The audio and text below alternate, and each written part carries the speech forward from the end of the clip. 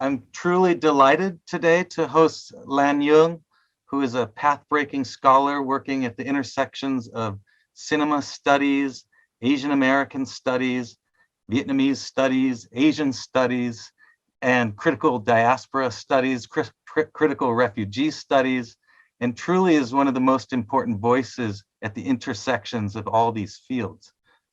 Dr. Duong is an associate professor in cinema and media studies at the University of Southern California and the author of Treacherous Subjects, Gender, Culture, and Trans-Vietnamese Feminism, and a wide range of important journal articles and book chapters.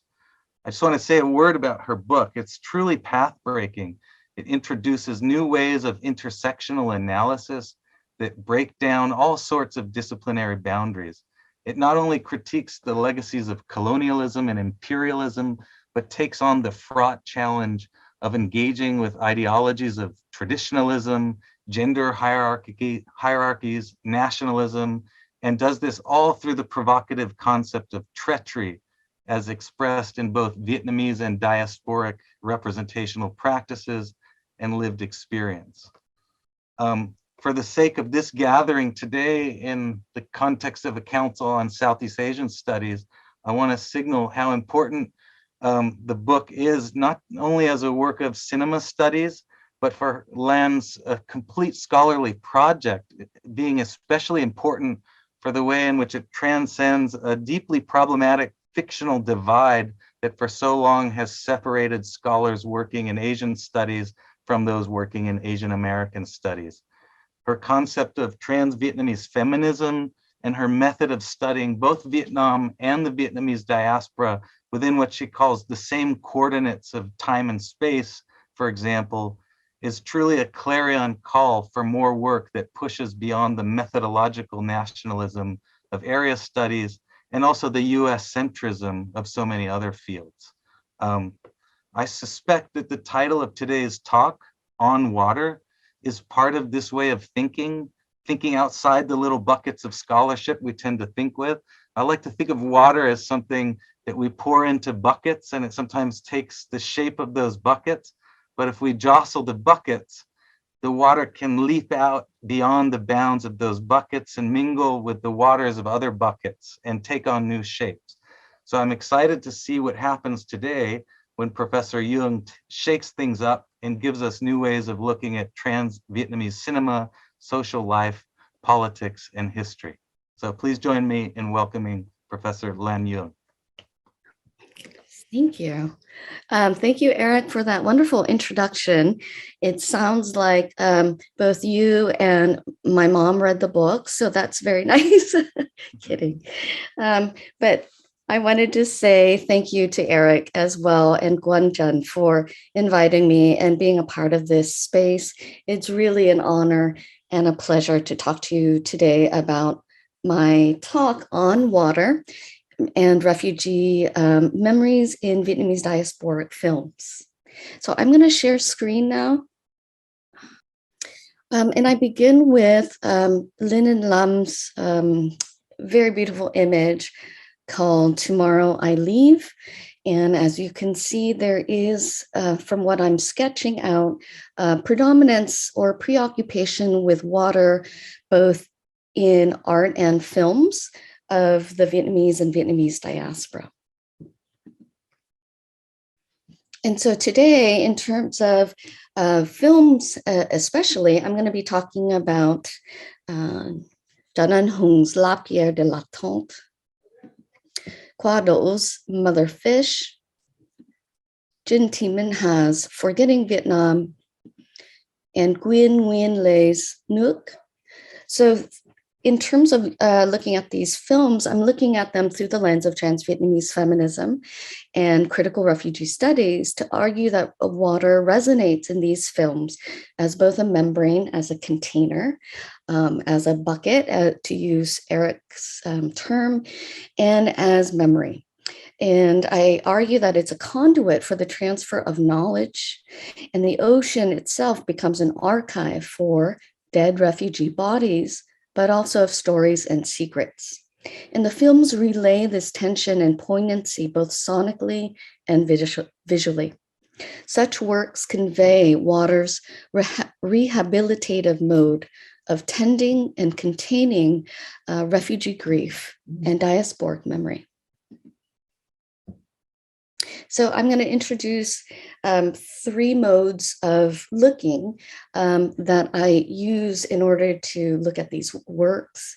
One of them is trans-Vietnamese feminism, based on the book Treacherous Subjects that I'd written so long ago, but it's still relevant to me in terms of looking at the geopolitical arrangements of power in Vietnamese culture in terms of, and I'm returning to Eric's terms here, in terms of seeing both Vietnam and the diaspora in the same coordinates of time and space.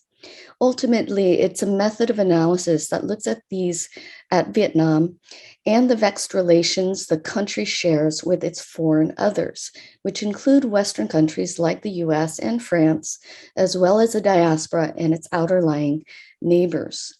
I focus on those who have been marginalized by such politics, hence the name Treacherous Subjects, because these treacherous subjects tend to be women, ethnic minorities, and sexual minorities, or gender non-binary subjects. In terms of critical refugee studies, Nguyên-Le Spiritu and I wrote an essay on Syrian Vietnamese women artists. And in this essay, we talked about feminist refugee epistemology, or FRE. And this was an important concept for us to push forward. And it is a way to turn away from the spectacularization of refugee suffering that often headlines global corporate media, to dislocate the masculinist and nationalistic forms of refugee memory that are made public in local and global spaces. And so, as you see on the screen here, we looked at Syrian-born artist Nisreen Bukhari in a work installation called Unreceived Letters. Can you hold on for a bit? I should close my window. Can you hear the lawnmower? Can anyone hear the lawnmower? I cannot hear it, no. I can't hear it, it's fine. Okay, that's great. And so this is a very quiet installation where Bukhari wrote letters to her family back in Syria. She's in the Netherlands right now, exiled from her own country. And she invites the participants to rifle through the letters, making their marks with their fingers on these pieces of paper and read through them within a very private, gendered space, as you can tell with the little doilies.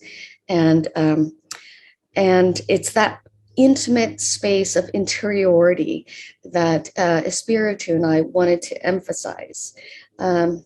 On the right, you'll see that kind of interiority in Jin Mai Tat's Quiet. And it's really a mode of retyping, retranslating some of the letters that were sent to those who perished in the seas during their boat passages. And so the white panels hang from the ceiling, as you can see, the white panels being symbols of mourning for those who died. And so FRE probes the spaces of interiority and the modes of silence that inhere in them. And in terms of those modes of silence, it's important for us to think about what these silences say and what they mean. How can we look at these spaces and understand the silences, as well as the ways that, as Kataria another critical refugee studies scholar, has said, how do we understand these spaces and these narratives as ways to restory displacement? And she takes the concept of restoring from Chinua Achebe.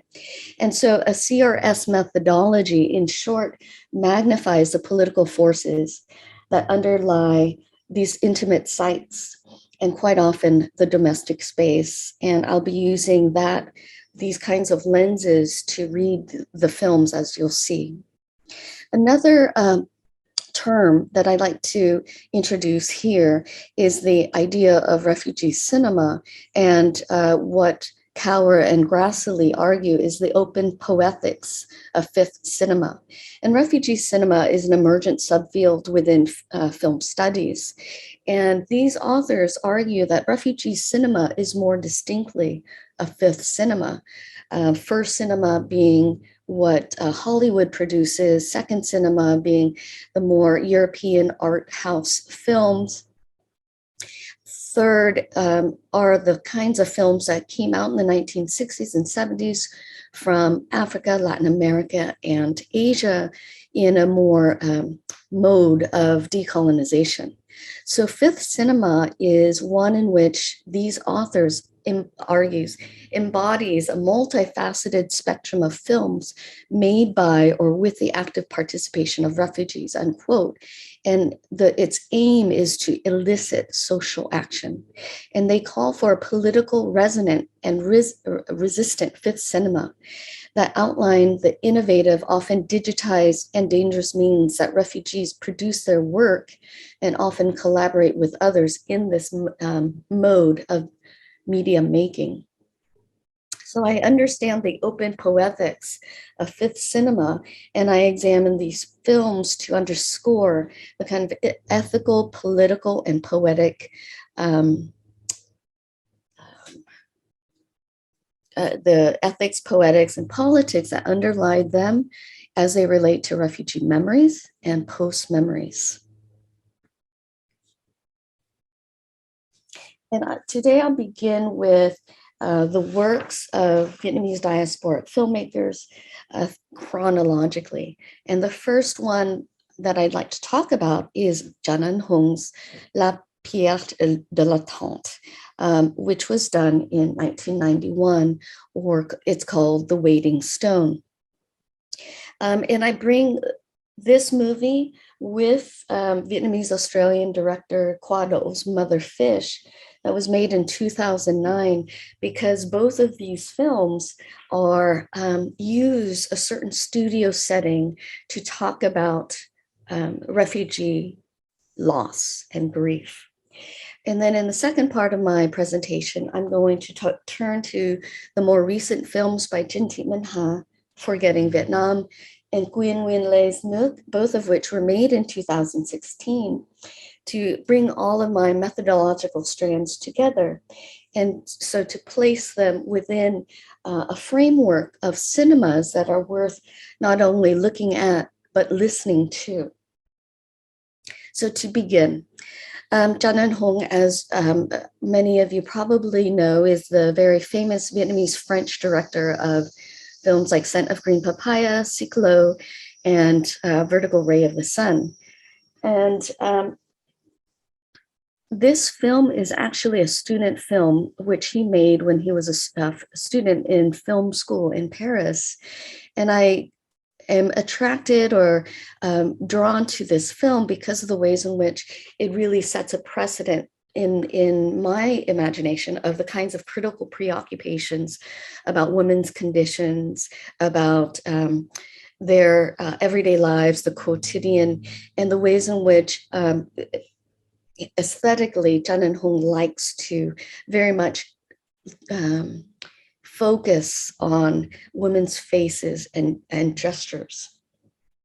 So these two films that I'll be talking about back to back are held together by the slender aesthetic thread that pulls them together in my critical imagination, and that is the unspectacular ways that refugee memories are housed in the most minimalist of spaces.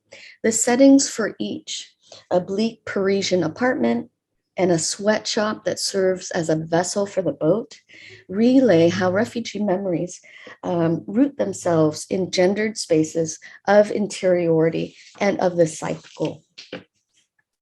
And the reason why I place them under the ethics of refugee media making is because they are refugee themselves. Trần Hung is, and Khoa is the second generation of refugee he's the child of refugee parents in Australia. But they tried to be as refugee-centric as possible. They wrote their own scripts, and they worked collaboratively with refugees or the children of refugees in the making of their films. So here I emphasize the cinematic refrain within both of the films, and that is the absence of boats. In lacking the visualization of boats on screen, the two directors underscore more so the oral aspects of refugee trauma. And so that in so doing, they draw meaningfully on the connotations of water, or nước in Vietnamese. Nước, as others have explored, means both water and country.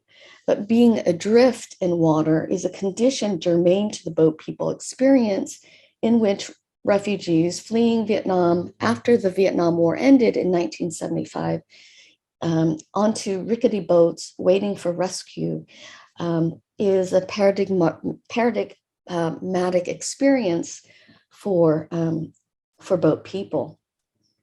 In her evocative essay, Salt/Water, Patricia Nguyen turns to performance and her family's oral histories to theorize how water invokes freedom, quote, freedom, but also death, and is the site and material for disrupting land-based logics of Vietnamese subject formation epistemologies, unquote. So like Nguyen, I call attention to the ocean's harboring of refugee subjectivities and their epistemologies. So in terms of Trần Hong's student film, La Pierre de l'Attente, it's based on a Vietnamese folktale called The Waiting Stone, or Hong Vọng Phu. And it tells the story of patriarchy's misrecognition of the incestuous other, which is the sister, and the construction of the waiting woman who's reproduced or produced and reproduced here as a result of her loyalty to her husband. After they find out, or the brother finds out, that they are in fact both married and brother and sister, he flees and she stays in her home, but becomes the waiting woman. And there's actually a rock sculpture in northern Vietnam of the waiting woman where she is petrified into stone, the figure is, while she's holding her son. So this folktale in the filmic version is reused, interestingly, in ways that reflect on the Vietnamese refugee experience. And it updates the legend to a more contemporary setting where the characters arrive at a refugee camp in Indonesia and are then relocated to France. And in my mind, the move bespeaks an innovative and creative use of a studio setting where the refugee camp is set and the drab interiors of an apartment in Paris. So we shift from the camp's barracks to the blocky lines of a gray building. And the two set pieces are highly suggestive of the ways that refugee lives appear to involve endless forms of waiting as they are processed as refugees at the camps and then become immigrants in their new environs, waiting, as it were, to begin again. So I wanted to begin here with a short clip of this moment where we're in the camps. And we have Trần Nữ Yến Khê, who is Trần Hong's partner and wife, in an earlier film of his, who plays the main protagonist. And then we also have Minh-Le, who is a director, Vietnamese French director himself, who plays the brother. And in this introduction, I wanted to have you think about the ways that, again, we're set in a studio setting, which has been redone as the camp's barracks.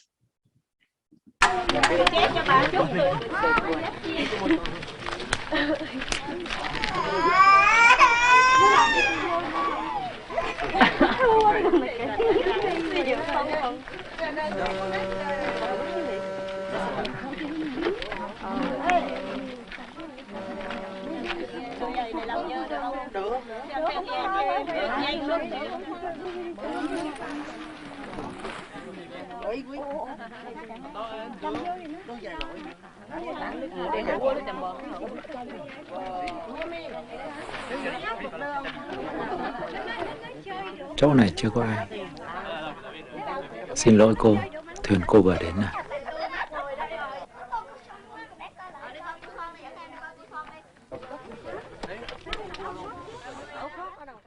Okay. The only clip that I could get was actually on YouTube and with Spanish subtitles. Otherwise, the film is only available, from what I can tell, in a space called Cinémathèque in Paris. And that's how I got access to the film. But so apologies in advance for the subtitles. This introduction, though, says a lot through the gestural and through the use of light and the sonic tapestry that I wanted to have you think about. So this young woman levers us into the story when she enters the film frames and steps into the refugee camp, generically named as such in the French subtitles, amid children playing and men and women talking. The sounds in the camp signal a hum of activities. In the background, you also hear ocean waves and foghorns. And instead of a fishing village, as you see, or as you know from the Vietnamese legend, it's what's cited here is the camp itself, where the siblings bond as a direct result of having survived the boat passage alone. During their spare dialogue, the hues of this sequence evoke a semblance of warmth, even as it's set in the bareness of the barracks. So I note the sound, color, and tone of the scene because they contrast dramatically with the following scenes, where the couple, now husband and wife, live in a Parisian apartment complex that is dreary and devoid of sound. So with this change of scenery, we move from the warm sounds and palette of the ocean and the camp to a soundless milieu and the muted colors of their resettlement in France. So in accommodating the myth to the story of the Vietnamese displaced, Trần reimagines the folktale to tell a bleak story of loss and war's afterlife. And this reframing further locates the brother and the husband and the sister and the wife's estrangement within the confines of their new surroundings.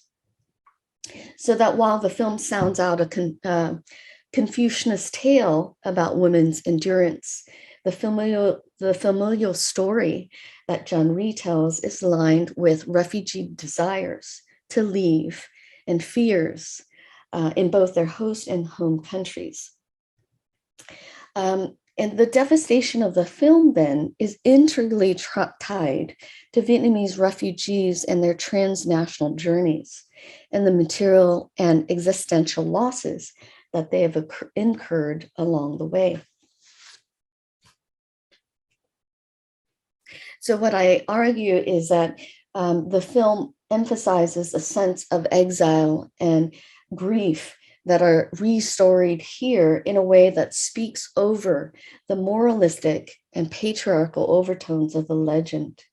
And the director gestures instead to how refugees endeavor to not only survive the oceanic passage, but also survive the resettlement experience as well. I'm going to move on to Mother Fish by Vietnamese Australian Khoa. And so like Trần and Hùng Lapia, the film begins with a black screen, replaying in the backdrop voices that are familiar to an Australian public. Former Australian Prime Minister Kevin Rudd discusses the draconian raft of refugee policies called the Pacific Solution. So you hear in the background, while a black screen plays, of a reporter talking or asking Prime Minister Rudd on the possibility of reopening Christmas Island as a site to process asylum claims. And Rudd vaguely responds, there's a purpose-built facility there for that purpose. So following this empty rhetoric, there's a sound bridge of running water that leads us into the kitchen where a Vietnamese woman soundlessly prepares a meal. So from here, we move to a factory setting where the refugee passage is, again, reenacted and reimagined. So I wanted to play a quick clip of that, of the film's beginning. Take people when they're intercepted in Australian waters, that's where they go. Secondly, there's a purpose-built facility there for that purpose, and as far as I know, and my recent advice is there is still capacity there. But as the minister has made plain for a long, long time, Chị thức hồi nào sớm vậy? of course, have additional capacity at Darwin and other places should that become necessary. What we've dealt with in the last year Hôm nay nấu món gì đây? is the Tối ngày toàn là rau cải không à. Từ từ, đừng gấp, coi chừng đứt tay bây giờ. Okay, so in that quick clip, you hear Rudd's voice in a voiceover that is also intermingled with the sounds of cooking. And it's within these unspectacular confines that the story of Vietnamese boat people really emerges. And while she's preparing her food, the woman hears another woman's voice, as you heard, which turns out to be her younger sister, Hun, speaking to her playfully in an interior monologue that plays out in the beginning and end of the film. But what also begins and ends with the film are the sounds of water. And the two sisters reunite in water. Actually, they're submerged in water, and it's a coming together that we actually see on screen. But before continuing with Kim's story, who is the adult Kim that you see cooking here, I'd like to offer some notes on the Pacific solution and its devastating impacts on refugees and asylum seekers. Established in 2001 and promulgated by the Rudd government, the Pacific solution was designed to refuse refugees on the grounds that Australia needed to defend its borders against boat people who were unlawfully entering the country, arriving on its shores. And part of the solution was the rezoning of Christmas Island, which would no longer receive asylum seekers and refugees. Instead, the Australian government set up offshore reception centers in Papua New Guinea and Nora to outsource the work of processing refugees. In 2013, under Rudd's direction in his second term as Prime Minister, a revised version of the Pacific solution was rolled out, in which this newest iteration of this law formally enacts the physical detention of refugees and the reshuffling of their borders, of their bodies to any other place but Australia. And of course, the precursor to these solutions was the problem that Indo-Chinese refugees as boat people had posed when they first came to Australia in the 1970s up to the 1980s. At the time, much of Australian conservative political discourse positioned the Indo-Chinese as imposters and not bona fide refugees, understood as having left Vietnam by choice and out of economic need. So with these overlapping historical contexts that begin the film, Do's work insists on restoring the narratives of Vietnamese boat people in speaking to the Vietnamese Australian refugee community and other refugee irregular maritime migrants, as they're called in Australian media, who have been refused recently by the government. And these connective tissues between boat people and recent refugees bookend the film. And it begins with Australia's xenophobic political discourse and ends on a commemoration of Vietnamese boat people. The closing intertitles reveal that, quote, around 600,000 of an estimated 1.5 million Vietnamese who fled their country by boat between 1975 and 1996, perished at sea, unquote. So with this next clip, I wanted to show how Quyen Do actually visualizes this boat passage within a garment factory space. And it's what once very beautiful and poignant, and at other times very derealized formally, because one has to fill in the spaces of the space of the boat. And so here's a quick clip to kind of exemplify that.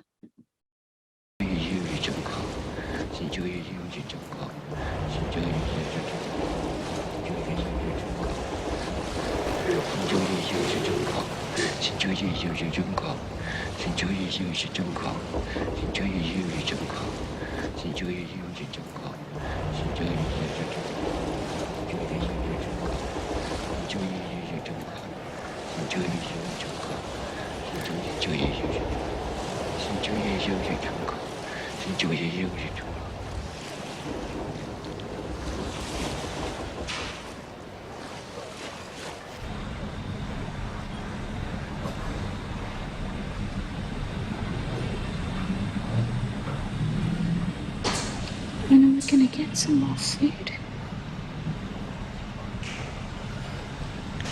Food.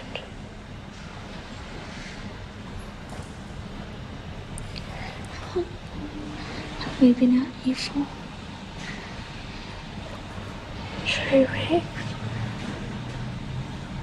So I'll stop there, but you can see the steeples of, the red cones of thread in the back. You see this kind of rusted manufacturing equipment that offer viewers an imaginative invitation to see that this is the whole of the boat. And so in so doing, Do forces the viewer to imagine the imaginable, unimaginable, with sounds and images of water as mnemonic devices that allow the viewer to be wrapped up in the emotional tides of the film. So as it plays out, as you see, the main protagonists here are the two sisters, and the one of the sisters do not survive. So my dual focus in terms of looking at La Pierre de la Tente and Mother Fish is to look at both the setting and the sound, both the familiarity of these stories and their formalism as a way to alienate in a Brechtian way the viewer from the surroundings. And all of these elements are part of the criticality that I believe Hùng and Quyen Do wield in producing refugee-centered films that in turn speak to and about refugees. Which I think leads us to the other two films that I'd like to speak about. Within the first two set of films, we are very much in a private space. And I think Forgetting Vietnam and Nước are also two films that talk about water and sea in ways that more obviously to me, or more apparently to me, through what I call is a trans-Vietnamese feminist lens. So I want to talk about in the next portion in this presentation about the caring for the living and for the dead. And it's a trope that I find as a critical refugee scholar very compelling in reading the cultural productions of the Vietnamese diaspora.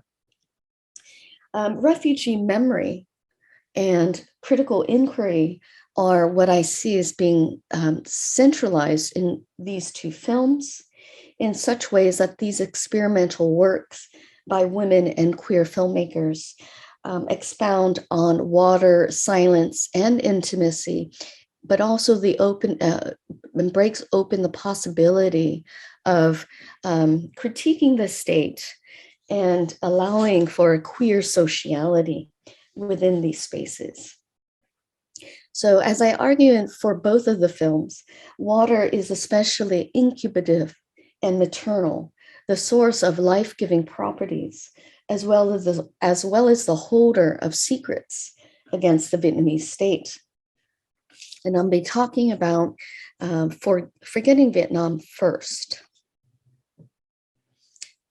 It's dedicated to the memories of those who survived the war. And the film forges then a deep critique of the state, and is really lined with memories of the here-ness of the country, which is captured on digital video, but also the absent bodies of those who did not survive the boat passage, whose bodies are not actually represented on screen either. And my argument is that you hear these stories and you see the images and you hear the lapping of the waves. And again, those devices are mnemonic devices for us to remember and reimagine those dead bodies. So Forgetting Vietnam archives personal and collective memory by way of a travelogue. Touring Vietnam in this way is important for me in seeing how a diasporic identity through Trinh T Minh-ha's perspective is a sieve through which the work's affects are filtered. And it's marked by the state, this diasporic perspective is marked by the state as an outsider, a former traitor to the nation. But with this kind of subjectivity, this Vietnamese diasporic subject is allowed, I think, a way in to critique the state. Forgetting Vietnam is critical of the state's ongoing operations to forget and erase the histories of those who have survived the war, doing so by representing war, again, as the keeper of secrets and knowledge. And in this short clip, we have a Vietnamese bus driver talking about these secrets. And one of the things that Trinh T Minh-ha does throughout the film actually is to conjoin the idea that Nước and Dat or Dat Nước are conjoined together in Vietnamese and Vietnamese diasporic memories. And so while he's talking, the bus driver, we see expanses and expanses of land, most notably of rice fields. Later on, the film has a lot of shots of moving waters as well. But in this clip, we hear then the ways in which the people, working class people of Vietnam, are often very critical of the state. Xe bọc thép đường về nó thả mất tiêu luôn đấy. Đường chính phủ mình nó như thế. Nó gọi là công sản. Có nhiều đưa cho mày ra tận biển Đông cho thả, coi như cho cá mọc ăn cho tiêu hẳn đi. Liệt sĩ vô danh luôn. Nó gọi là tươi Việt Tích á. Mang tên coi như là bây giờ là nói cái gì thì nói thì cũng phải nói đến Bác Hồ. Đấy. Nói gì thì nói cũng phải từ Bác Hồ chỉ ra. Nào. Tiêu rồi bây giờ sao nói gì nói rút rồi ra đi.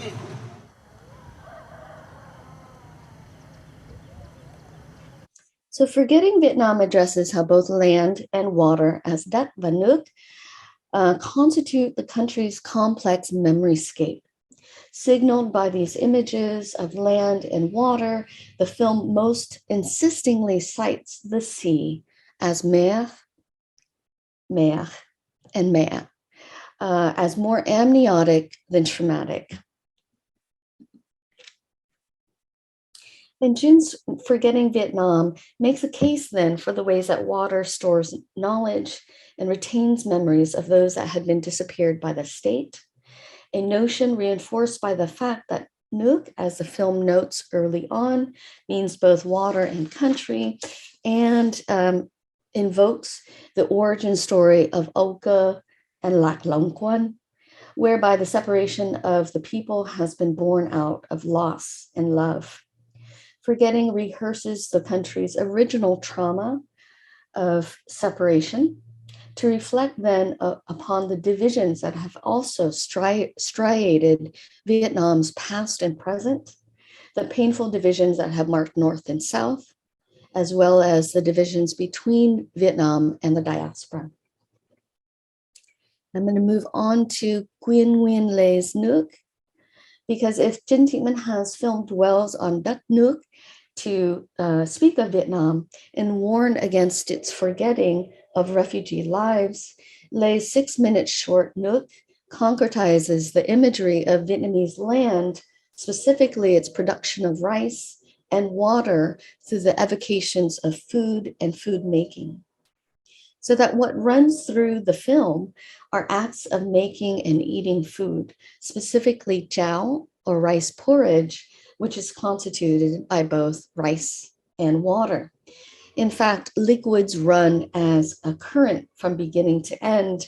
We're first situated in a photography darkroom where chemicals and water are used to create memory and culture, most specifically of photographs of family and of the war.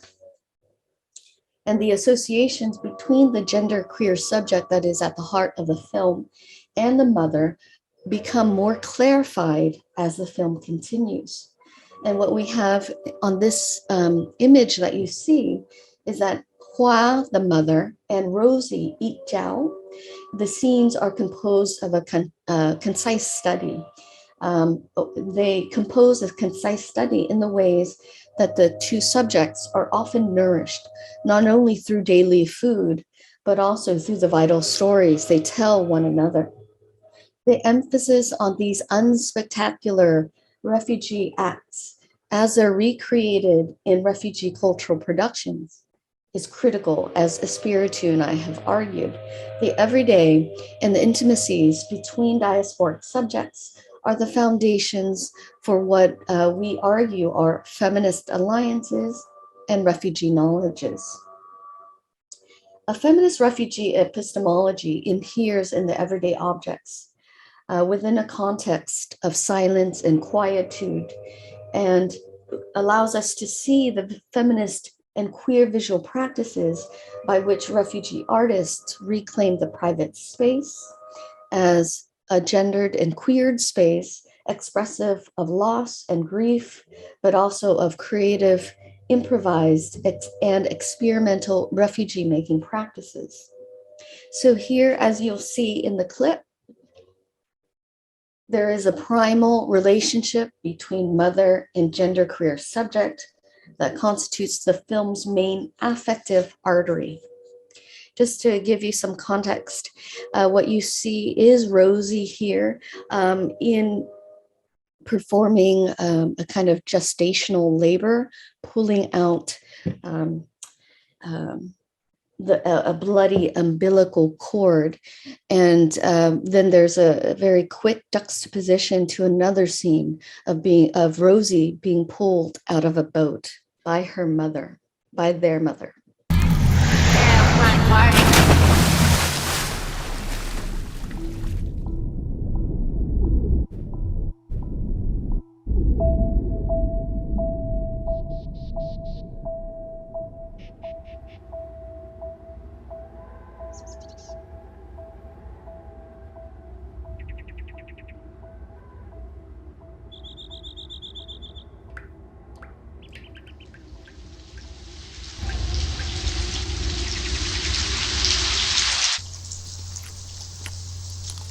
Nếu mà bữa nào mày có nói cha thì con rủ bạn con về ăn.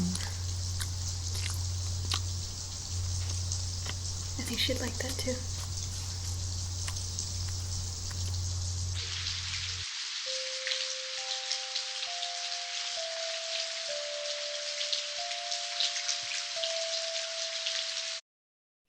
So as earlier you saw a painful scene of gestation and labor whereby Rosie tries to get the cord out, but with the same kind of pulling gesture, in the next shot, we see the mother pulling Rosie out of water onto a boat, in effect saving their life and steering them towards safety.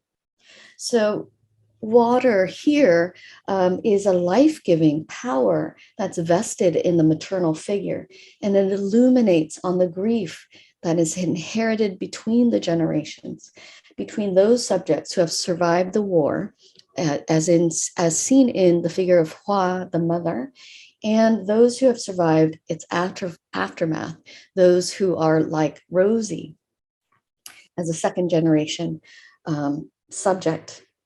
In the metaphorical and affective registers of the film, fluidity between these temporalities, spatial geographies, genders, as well as generations is symbolized by water.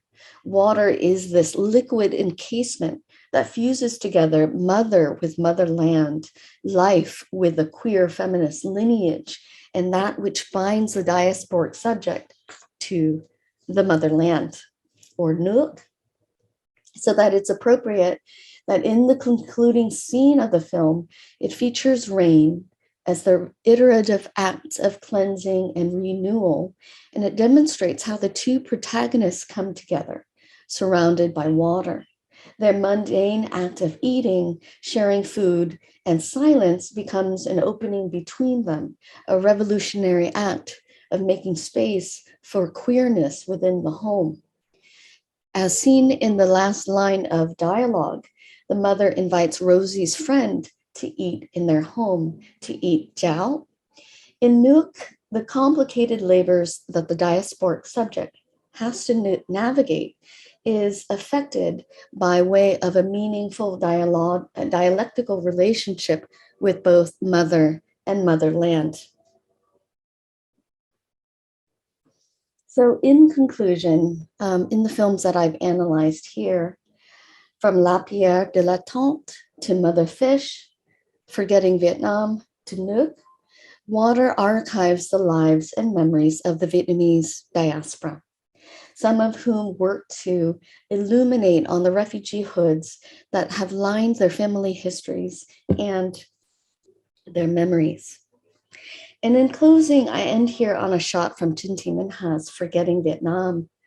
And I contend here and elsewhere for the critical modes of diasporic and refugee ways of knowing that occur in silence, speech, in images of art and film, in terms of water and ocean. And I can join the study of diasporic refugee cinema with a focus on water to gesture towards country, sustenance, and the maternal at once. And I can join the study of cinema with critical refugee studies, as well as trans-Vietnamese feminism. In conclusion, I'd like to emphasize that the waters of the ocean, as framed in these four films, as heard in these four films, in its beauty and volatility, has contained the bodies of refugees, but also holds in its expansive folds the possibility of knowledge. And such epistemologies continue to inspire refugee art and diasporic art, media, and criticism, and it behooves us to look and listen in. Thank you. Thank you, Lan, so much for this wonderful talk. So we will now open it up to Q&A. Let me see. I'm going to stop the screen share. Yeah. Or maybe you can do it on your side. Yeah. So we can see everybody. Okay, nice. I'm going to say in advance that my computer just crashed a moment early at the very beginning of the talk. So if I disappear, keep talking and I'll try to get back on. Okay. But so basically anyone who has a question, you can use the hand raise function and I'll call on you and create a queue and then we'll proceed from there. Quyen, you have a question, go ahead. Thanks so much, Lan, for this very generative talk. I was really struck by your praising of how refugee memories, emerge and facilitate and are on display in unspectacular places.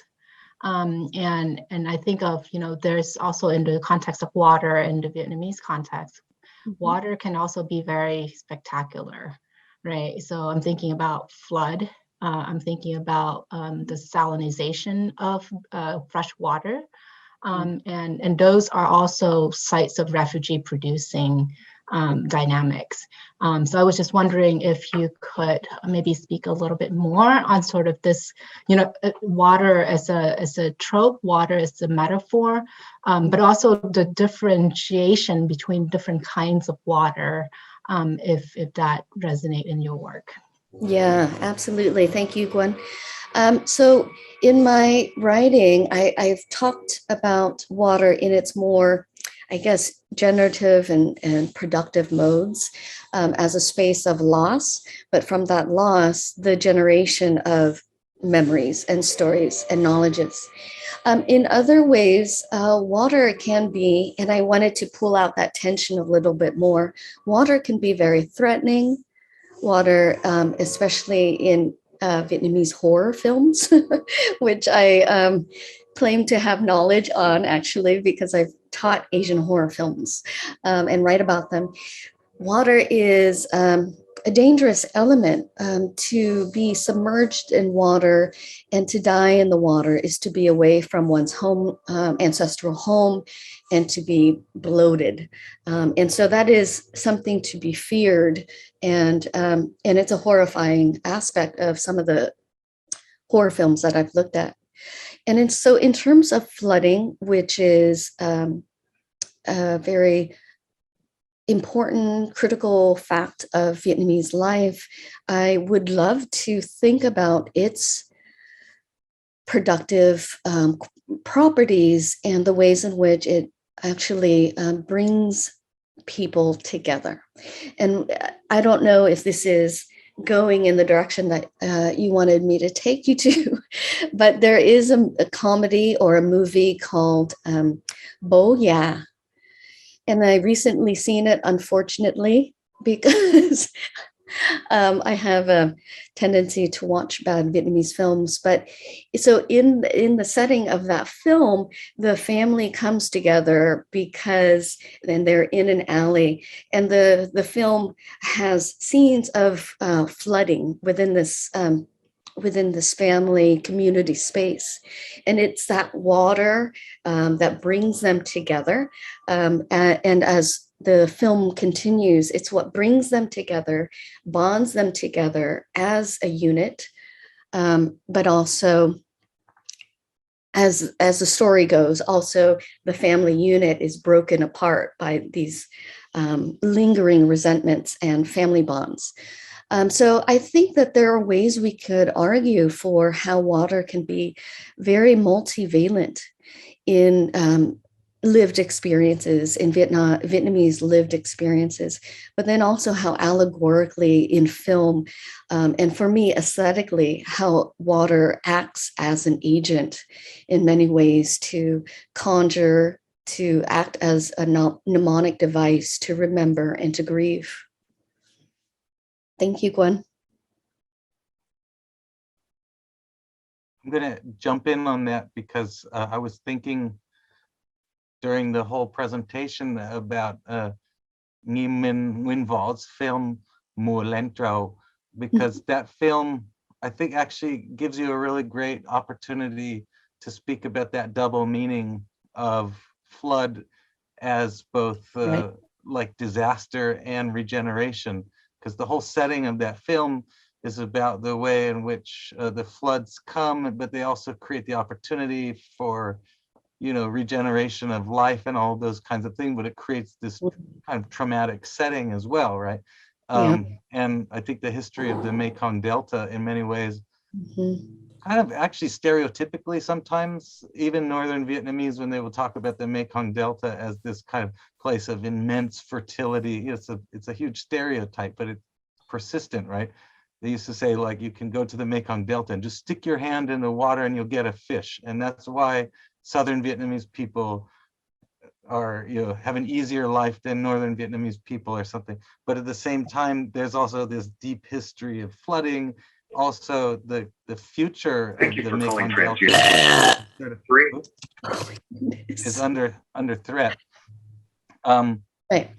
so that I just thought that'd be a really interesting angle to look at, and also his follow-up film Nước, but there, I forget the year. That's a 2030 or something. 2030. Yeah, so Nước 2030 also has this kind of double edge to it, right? But my question for you is about the temporality of this phrase you used when you were talking about the sea as becoming amniotic as opposed to traumatic. And I say temporality because I'm wondering, does it make sense to say there's a historical shift in the symbolic meaning of the sea? Like, for example, because, you know, immediately after 75, the sea can have a kind of traumatic symbolism, but then perhaps historically over time, the meaning of the sea becomes recuperated in some kind of way. Or is it just sort of a flexible symbol that can change in the hands of a different artist or something like that? Right. I think, and so I'm going to agree with your your second point about its fluidity and its flexibility to hold different kinds of allegorical and critical import. And I'm not arguing that then water is atemporal or ahistoric, but I am looking very specifically about how Vietnamese diaspora and refugees are using this element of water to draw on its historical and cultural significance in Vietnamese culture and in Vietnamese lived experiences, but also to focus on the how the diaspora understands, I think, through water, what home and homeland mean. So at once, it's flexible. On the other hand, how I'm understanding water for the Vietnamese diasporic filmmakers that I look at, they're very specific to how water seems to contain secrets and knowledge, as well as the actual dead bodies of refugees. And I'm happy to see that Nguyễn Võ Thu Hương is here. I don't want to call her out, but her brother did both films. And so happy to see you. It's been so long. And I do talk about Nước 2030. I think it's a beautiful film. And speaking of temporality, then the fact that it's so centrally placed in a scientific sci-fi imaginary of Saigon being submerged by the sea. I think there is so much to talk about in that act, in that actuality of being flooded, the actuality of environmental harm, and perhaps the generative notion of water as a way to understand a kind of futurity that hasn't really been, I think, dealt with in some of the Vietnamese films that I've seen. So it is definitely important to talk about Min's work in this context as well. Thanks. There's another question from Dien Nguyen. Hi, Professor Lang. Thank you for your presentations. Mm-hmm. My questions for you is that I see in 4 clips that you present in your presentations the lack of urban scapes, and I would wonder if the relationship between the symbolic water and the water body has something related with the more underdeveloped past of Vietnamese contemporary Vietnamese society. Do the diasporic community focus on how to portraying water as something related with poverty and economics underdevelopment or not? Or if there's any other interpretations on the water relating with urban scapes and urbanizations. Thank you. So, so you notice then that there are scenes of urban spaces in perhaps a film like Nước by Quyen Nguyên-Le, but there's also where they are in a suburban home finally, eating together, and ending on that note of offering Jiao to Rosie's friend, queer friend. And then also in Khoa, Mother Fish, we begin with the older sister, Kim, preparing food within the kitchen. Are these the spaces that you're talking about? Yes. Well, then I also think of Gentleman's Hands. For what your clips showing, it's that when she's returning to Vietnam, or when she filmed it in Vietnam, the waters and the lands kind of like having the sense of like the more rural spaces rather than the urban spaces. And Jen Hong's films is basically in a refugee camp. Yeah, and a Parisian apartment. So yeah, there is that duality, I think, of being in both land and water. I think that's part of the dialectic that Trinh T Minh-ha wants to emphasize in the work. And I think that the observation that you make about these different spaces is key to my larger argument about how refugees reimagine in very particular ways how the boat passage has how they've experienced the boat passage through actual lived memories or through post memories, and how then there's a continuity from that space, like for example in the refugee camp to the Parisian apartment. There's a continuity between forms of waiting in that camp to forms of waiting in the apartment building. And in fact, the apartment building that we see is actually less dreary, is much more dreary than the refugee camp. And so that juxtaposition of these different spaces, I think, allows us to see the kinds of psychological states too of refugee subjectivities and their memories. And how the associations between the home life and workspace are really flooded, to use a term we talked about before, flooded with memories of the boat passage, of refugee life, of refugee death. So thank you, Thin, for that observation. Hi, Guiha. Hi, Lan. Thank you so much for your wonderful presentation on the topic, refugees cinema, which is amazing because in film studies, it's teach more than the first, second, and third cinema. And now you talk about the fifth cinema. I'm so glad to learn more about it and learn more about, outside the first and the second, which is great to explore that kind of possibilities to think of cinema outside of Western oriented or based theories. So I really appreciate, and I'm very inspired by your discussion of water as a trope in diasporic filmmakers films, and also the ways that it's represented as an archive of refugees' memories.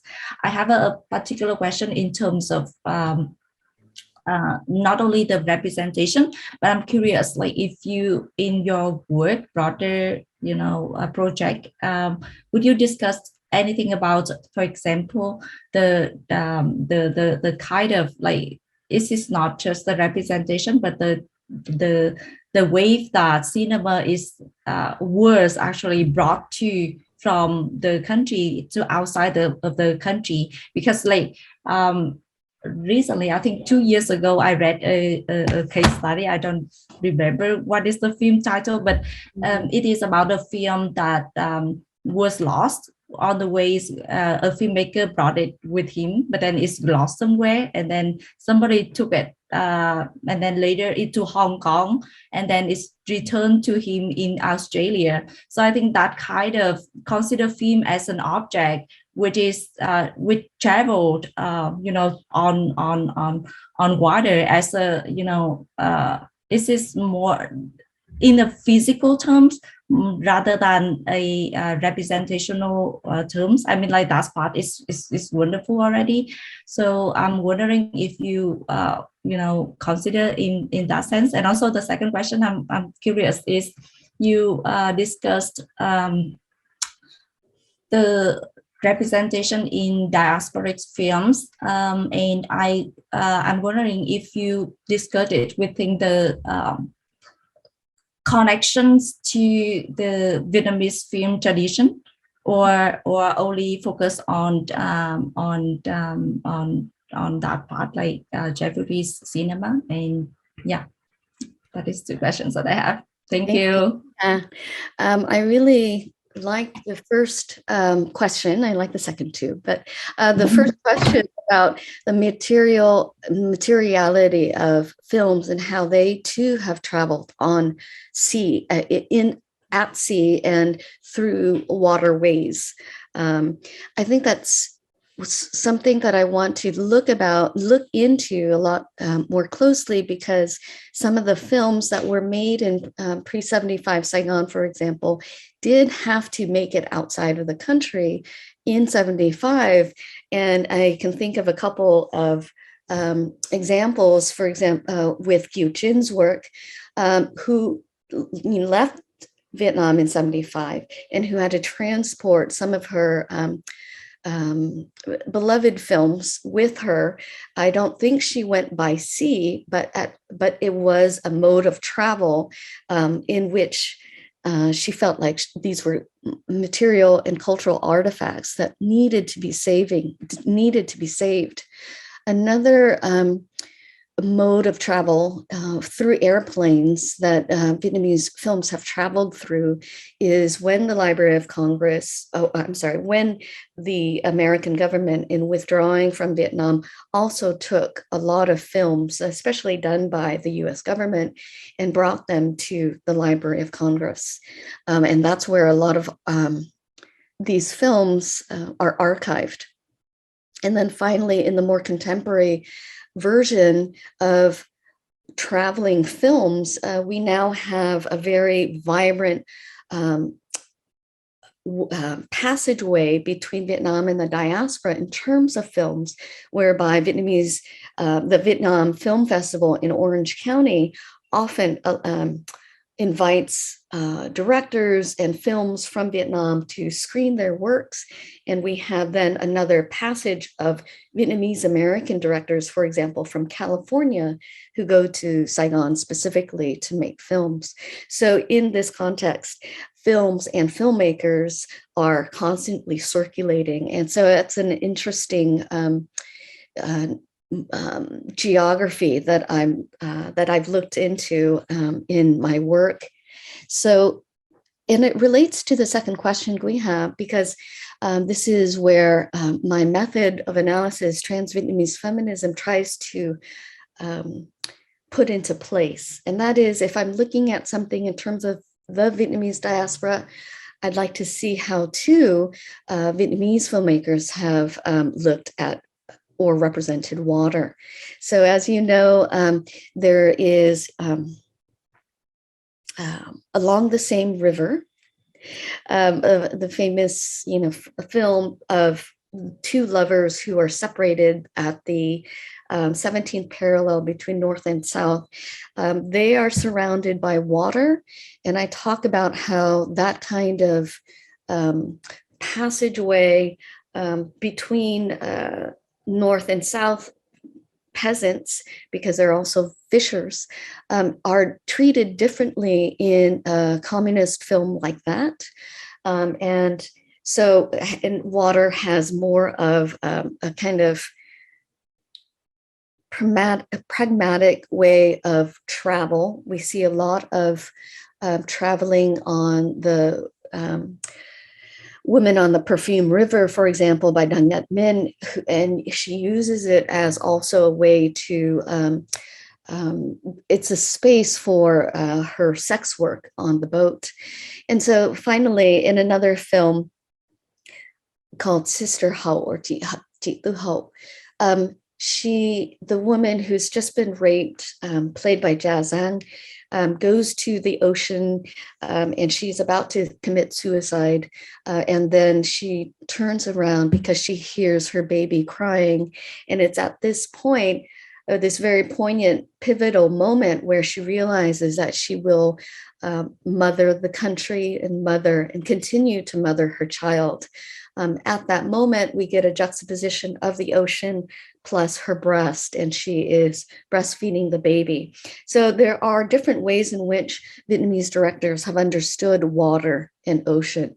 And it's in my writing that I try to tease out those important differences and attachments to water. Thanks, Quyen. It's wonderful. Thank you so much. I look forward to reading your writings on this topic very much. Thanks. We are basically at the end of our time here. Usually what I do is I stop the recording now and then we keep it open for a few minutes for informal chit chat. So let's all join me in a round of applause and then I'll stop the recording. Thank you.